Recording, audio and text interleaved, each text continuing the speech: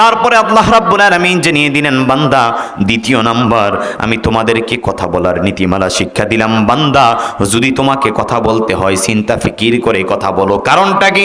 আল্লাহ জানিয়ে দিলেন, মা ইয়ালফিযু মিন কাওলিন ইল্লা লাদাইহি রাকীবুন আতীদ। চিৎকার মেরে বলি আল্লাহু আকবার।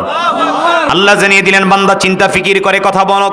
কোথায় তুমি কি করো, কি বলো, সব কিছু আল্লাহ তাআলা ভিডিও ফুটেজের মাধ্যমে ভিডিও করে রাখছেন। আল্লাহ জানিয়ে দিলেন, বান্দা যদি এই সত্য প্রবাহের কারণে সূর্য উদিত না হয় তারপরেও তোমার সিসি ক্যামেরা চলবে।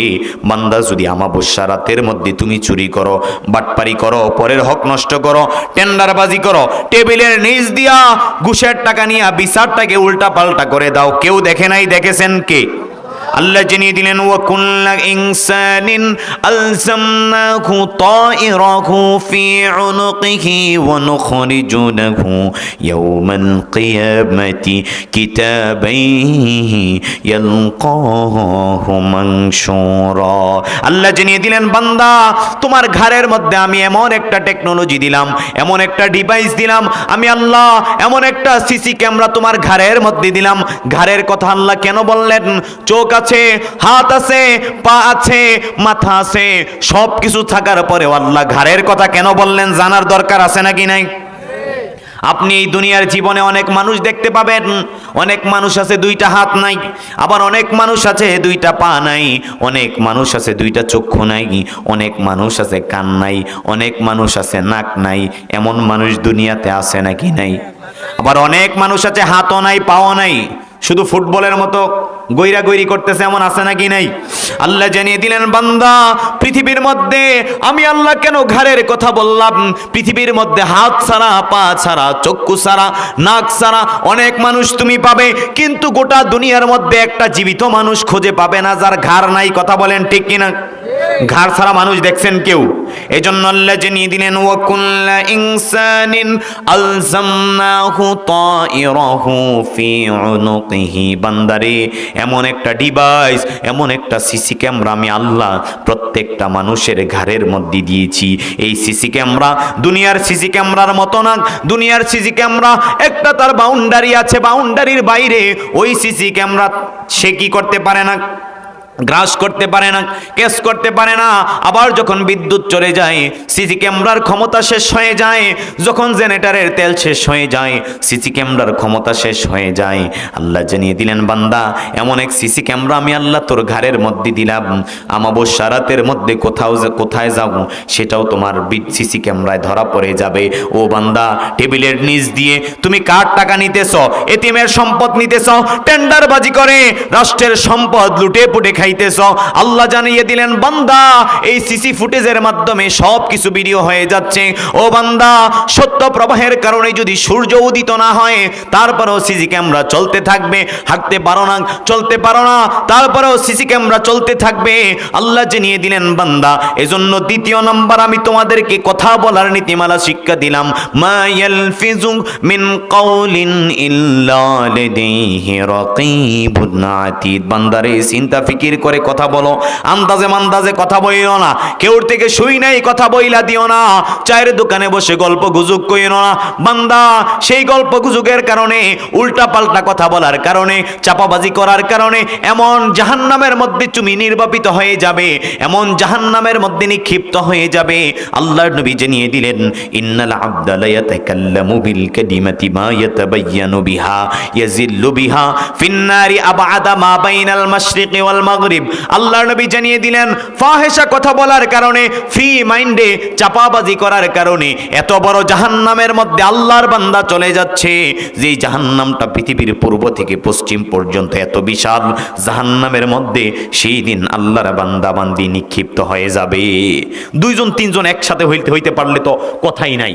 দুইজন তিনজন একসাথে হইতে পারলে গীবত শেখায়াতের অভাব নাই। কইলে গুনাহ হয়ে যায়, না কইরাও পারি না, আল্লাহ মাফ করুক, এমন মুসলমান আছে নাকি নাই? আর মহিলারা যদি একসাথ হইতে পারে তাইলে এই পাড়ার মহিলা, ওই পাড়ার মহিলা, এই ঘরের ভাবি, ওই ঘরের চাচি, কার কিভাবে বদনাম করা যায়, কার কিভাবে দুর্নাম করা যায়, কাকে কিভাবে ছোট করা যায়, কাকে কিভাবে পেছ লাগানো যায়, এমন মা বোন আমাদের দেশে একজনও নাই। আছে নাকি নাই? আহা, কত মারাত্মক গুনাহ, এটাকে গুনাহই মনে করে না। এজন্য আল্লাহ জানিয়ে দিলেন, বান্দা শোনো, চিন্তা ফিকির করে তোমাকে কথা বলতে হবে। আমি আল্লাহ একটা টেকনোলজি দিলাম, ঘরের মধ্যে একটা ডিভাইস দিলাম, সেই দিন বান্দা আশ্চর্য হয়ে যাবে। আল্লাহ তাআলাকে বলবে, ইয়া ওয়াইলাতানা মালি হাযাল কিতাবু লা ইউগাদিরু সগীরাতাও ওয়ালা কাবীরাতান ইল্লা আহসাহা ওয়া ওয়াজাদু মা আমিলু হাযিরা ওয়ালা ইয়াযলিমু রাব্বুকা আহাদা। চিৎকার মেরে বলি আল্লাহু আকবার। সেই দিন বান্দা দেখতে পাবে কোথায় কি আমল করেছে, কোথায় প্রাইমারি স্কুলে যাওয়ার সময় বড়ি গাছের মধ্যে ঢিল দিয়েছে, কোথায় মিথ্যা সাক্ষী দিয়েছে, কোথায় মিথ্যা বিচার করেছে, কোথায় গরিব মানুষের ওপর বিচারকে চাপিয়ে দেওয়া হয়েছে, কোথায় মুরব্বী হিসাবে আপনাকে নিয়েছে বাড়ি মাপ করার জন্য, জমি মাপ দেওয়ার জন্য, টাকা খাইয়া ফিতাটাকে উল্টা পাল্টা ধরছে, এমন মুসলমান আছে নাকি নাই? আল্লাহ জানিয়ে দিলেন, বান্দা সেই দিন দেখা যাবে মনিটরের মধ্যে বিশাল পর্দার ব্যবস্থা আল্লাহ করে দিবে। সেই দিন বান্দা বলবে, আল্লাহ এ কেমন মনিটরের ব্যবস্থা তুমি করলা, এ কেমন ভিডিও ফুটেজের ব্যবস্থা তুমি করলা। ওই যে যাররা পরিমাণ খারাপ কাজ করলাম, যাররা পরিমাণ ভালো কাজ করলাম, সব কিছু ভিডিও ফুটেজের মাধ্যমে সেই দিন দেখা যাবে। কোন জালিমরা সেই দিন ঘারামি করবে, বলবে আল্লাহ আমি তো এটা করি নাই, আমি তো এটা বলি নাই, আমি তো টাকা খাই নাই, আমি তো টেন্ডারবাজি করি নাই, আমি তো মাহফিলের পক্ষেই ছিলাম, মসজিদের পক্ষেই ছিলাম, আলেম ওলামার পাশেই ছিলাম। আল্লাহ সেই দিন তার মুখের মধ্যে তালাবদ্ধ করে দিবে, আল-ইয়াওমা নাখতিমু আলা আফওয়াহিহিম ওয়া তুকাল্লিমুনা আইদিহিম ওয়া তাশহাদু আরজুলুহুম বিমা কানু ইয়াকসিবুন। সেই দিন মুখের মধ্যে আল্লাহ তালাবদ্ধ করে দিবে। আল্লাহ সেই দিন বলবে, ইকরা কিতাবাকা কাফা বিনাফসিকা আল-ইয়াওমা আলাইকা হাসিবা। বান্দারে প্রত্যেকের নামে সেই দিন একটা কিতাব থাকবে, সেই দিন হাত সাক্ষী দিবে।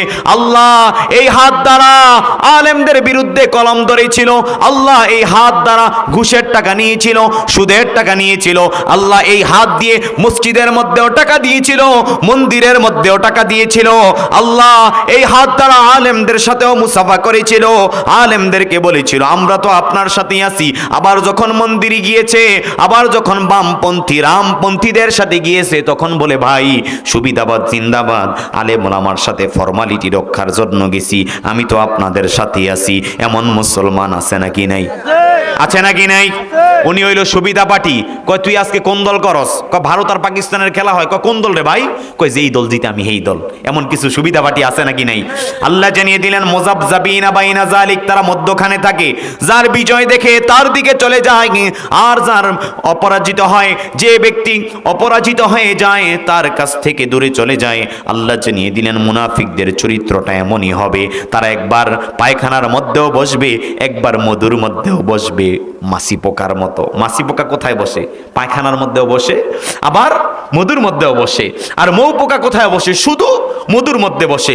ঠিক তেমনি ভাবে যারা ইমানদার তারা মসজিদেই থাকবে, মাদ্রাসায় থাকবে, আলেম ওলামার সাথেই থাকবে। কথা বলেন ঠিক কিনা? আর যারা মাছি পোকার মতো হবে তারা মসজিদেও থাকবে, আমি আপনাদের সাথে আসি। আবার যখন তাদের সাথে যায়, মা দুর্গা যখন গজে চড়ে আসে, তখন দেশের মধ্যে ফল ফসলে ভরে যায়। এবারও আমরা আশা করব দেশের মধ্যে ফল ফসলে ভরে যাবে। এমন মুনাফিক মার্কা মুসলমান আমাদের দেশে আছে নাকি নাই? আল্লাহ জানিয়ে দিলেন, বান্দা চিন্তা ফিকির করে কথা বলো। মা ইয়ালফিজু মিন কাউলিন ইল্লা লাদাইহি রাকিবুন আতীদ। যা তুমি করো, যত তুমি সিটিংবাজি করো, আল্লাহর কাছে ধরা খেয়ে যাবে। সেই দিন জালিম ব্যক্তিরা আল্লাহকে ডেকে ডেকে বলবে, ইয়া রব্বুল আলামিন রব্বানা আবসারনা ওয়া সামি'না ফারজি'না না'মাল সালিহান ইন্না মুকিনুন। আল্লাহ আরেকবার দুনিয়াতে পাঠাও, নেক আমল করে কবরের জীবনে আসব, কোরআনের কথার উপরে বিশ্বাস করে কবরে আসব, আল্লাহ ইমানদার হয়ে পাক্কা মুমিন হয়ে কবরে আসব। আল্লাহ সেই দিন বলবে, না না, আজকে যাওয়ার কোনো সুযোগ নাই। দুনিয়ার মধ্যে ক্ষমতা পাইয়া, টাকা পাইয়া, রাজত্ব পাইয়া, বাহাদুরি পাইয়া মানুষের উপর কত অত্যাচার তুমি করেছো, কত জুলুম করেছো। ক্ষমতার কারণে নামাজ পড়ো নাই, রোজা রাখো নাই, তোমাকে মসজিদের সভাপতি বানিয়ে দিছে। ক্ষমতার কারণে, টাকার কারণে দাড়ি রাখো নাই, নামাজ পড়ো নাই, রোজা রাখো নাই, মানবতার কল্যাণের জন্য কাজ করো নাই। সারা জীবন তুমি কোরআনের বিরোধিতা করছো, আলেমদের বিরোধিতা করছো, করছো আজকে ক্ষমতা পাওয়ার কারণে টাকার গরমে তোমাকে মসজিদের কেশিয়ার বানিয়ে দিছে, এমন আছে নাকি নাই? সবাই নামাজ পড়ে, কেশিয়ার সাহেব ঠ্যাঙের ওপর ঠ্যাং দিয়ে বেনসন টানে, আছে নাকি নাই? আবার যখন জানাজার নামাজে যায় সামনের কাতারে ভাষণ দেয়, আবার যখন জুমার নামাজে আসে সামনের কাতারে আসে, আবার যখন ঈদগাহে যায় নামাজ না পড়ুক রোজা না রাখুক সামনের কাতারে চলে আসে, এমন মুসল্লি আছে নাকি নাই? সবে কদর তালাশ করে, ঈদের নামাজ তালাশ করে, হুজুর রোজাটা না রাখছি অনেক বড় পাপ হয়ে গেছে, তারাবিটা কেমনে না পড়ি, এমন মুসল্লি আছে নাকি নাই? আছে নাকি নাই? আল্লাহ জানিয়ে দিলেন, এক নাম্বার বান্দা কথা বলার নীতিমালা হলো সালাম দিতে হবে। দ্বিতীয় নাম্বার কথা বলার নীতিমালা হলো চিন্তা ফিকির করে তোমাকে কথা বলতে হবে।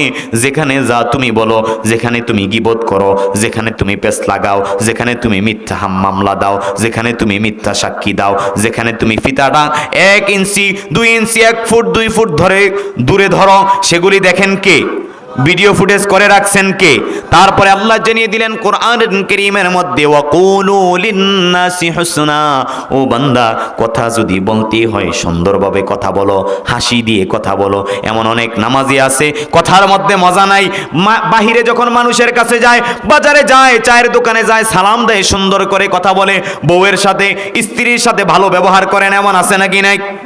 সন্তানের সাথে ভালো ব্যবহার করে না, নাতি নাতনিদের সাথে পুত্রবধূদের সাথে ভালো ব্যবহার করে না। আল্লাহ জানিয়ে দিলেন, না না, ইমানদারের চরিত্র হলো ওয়াকুলু লিন্নাসি হুসনা, যখন কথা বলবে হাসি দিয়ে কথা বলবে, সুন্দরভাবে কথা বলবে, ভদ্রতার সাথে কথা বলবে। এই কথা বলার সিস্টেম শিক্ষা দিয়েছেন কে? এমন অনেক মানুষ আছে মসজিদের সামনের কাতারের মুসল্লি মুরব্বী মানুষ, বাচ্চা দেখলে খেট খেট করে, এরা কার বাচ্চা, কে লই আইছেন আমাদের ডিস্টার্ব, এমন আছে নাকি নাই? আছে নাকি নাই? বাচ্চারা যদি মসজিদে না আসে মসজিদে আসবে কে? আর বাচ্চারা যদি দুষ্টামি না করে দুষ্টামি করবে কে? কথা বলেন ঠিক কিনা? বুড়া বয়সে আমি আর আপনি যদি দুষ্টামি করি, এটা কি মানাবে নাকি? আল্লাহর নবী মুহাম্মদ সাল্লাল্লাহু আলাইহি ওয়াসাল্লাম নামাজ আদায় করতেন, হাসান হুসাইন রাদিয়াল্লাহু তাআলা আনহু আল্লাহর নবী সিজদায় পড়ে গেলে আল্লাহর নবীর কাঁধের মধ্যে ঘাড়ের মধ্যে জড়িয়ে ধরতেন, আল্লাহর নবী সিজদাটা লম্বা করে দিতেন। যদি সিজদা থেকে উঠে যায় হাসান অথবা হুসাইন পড়ে গিয়ে ব্যথা পেতে পারে, এজন্য আল্লাহর নবী সিজদাটাকে লম্বা করে দিতেন। সুবহানাল্লাহ। আল্লাহর নবী মুহাম্মদ সাল্লাল্লাহু আলাইহি ওয়াসাল্লাম মসজিদে নববীর মধ্যে খুতবা দিতেছেন, এমন সময় হাসান হুসাইন রাদিয়াল্লাহু তাআলা আনহু দুষ্টামি করতেছেন। আল্লাহর নবী মুহাম্মদ সাল্লাল্লাহু আলাইহি ওয়াসাল্লাম মিম্বরের খুতবা ছেড়ে দিয়ে ওই হাসান হুসাইনকে কাছে আনলেন, পাশে আনলেন, বসিয়ে রাখলেন। অর্থাৎ বাচ্চারা যদি মসজিদে না আসে মসজিদে আসবে কে? আর বাচ্চারা যদি দুষ্টামি না করে দুষ্টামি করবে কে? কথা বলেন ঠিক কিনা? বুড়া মানুষ দুষ্টামি করবে নাকি? এজন্য বাচ্চাদেরকে মসজিদে আসতে দিতে হবে। দুষ্টামি তো করবেই, তারপরও বুঝিয়ে শুনিয়ে, হ্যাঁ, ভয় দেখিয়ে যে হুজুর তোমাকে মারবে, বাবা দুষ্টামি করে না, দাদা দুষ্টামি করে না, এখানে বসে থাকো, আল্লাহ তোমাকে গুনাহ দিবে। এইভাবে যতটুকু সম্ভব বাচ্চাদেরকে কন্ট্রোল করতে হবে। কিন্তু বাচ্চাদেরকে যদি মসজিদ না চিনাই, তারা এক সময় গাঁজা খাবে, বাবা খাবে, টেন্ডারবাজি করবে, রাস্তার পাশে পাশে ইফটিজিং করবে, আর বিভিন্নভাবে মানুষকে হয়রানি করবে। কথা বলেন ঠিক কিনা? এই বাচ্চা যদি মসজিদে না আসে, এই বাচ্চা যদি কোরআন না শিখে, এই বাচ্চা যদি বাবার সাথে দাদার সাথে মসজিদে না আসে, এই বাচ্চা কোরআনের বিরোধিতা করবে। এই বাচ্চা বড় হইলে অনেক কষ্টের পরে আপনি মসজিদে আনতে পারবেন না। বাবারে রোজা রাখ, কয়েক বছর পরে রাখমু, বাবারে মসজিদে যা, কয়েক বছর পরে রাখমু, এমন সন্তান আছে নাকি নাই? সেই সন্তান বাবা মাকে ঘর থেকে লাত্তি দিয়ে বের করে দিবে, নেশার জন্য, বাবার জন্য বিভিন্নভাবে হয়রানি করবে। এজন্য আল্লাহ জানিয়ে দিলেন, বান্দা এক নম্বরে যদি তোমাকে কথা বলতে হয় সালাম দাও, দ্বিতীয় নাম্বার যদি কথা বলতে হয় চিন্তা ফিকির করে কথা বলো। যা করছো সব কিছু ভিডিও করে রাখছেন কে? তৃতীয় নাম্বার, বান্দা যখন তুমি কথা বলবে তখন তুমি হাসি মুখে কথা বলো। তাবাসসুমুকান ফি ওয়াজহি আখিকা সাদাকা, বান্দারে যদি হাসি মুখে কথা বলো তোমার কথাটার মধ্যেও সদকা করার সওয়াব দিয়ে দিবেন কে? যে কথাগুলো বললাম, এশারের নামাজের পরে আমার কথা বলার সময় ছিল, তো একটা মিস্টেক অ্যাক্সিডেন্টের কারণে আমি আর বলতে পারছি না। তার জন্য আমি অবশ্যই ক্ষমা সুন্দর দৃষ্টিতে আমার দিকে তাকাবেন। আপনাদের জন্য দোয়া রইল। ইনশাল্লাহ যদি কোথাও আবার কোনো প্রোগ্রামে দেখা হয়ে যায়, ইনশাল্লাহ মন ভরে কথা হবে। একদিকে মাগরিবের পর মানুষ কম, আরেকদিকে মাইকের সমস্যা, তো এই জন্য কথাবার্তা বেশি একটা ভালো হয় নাই।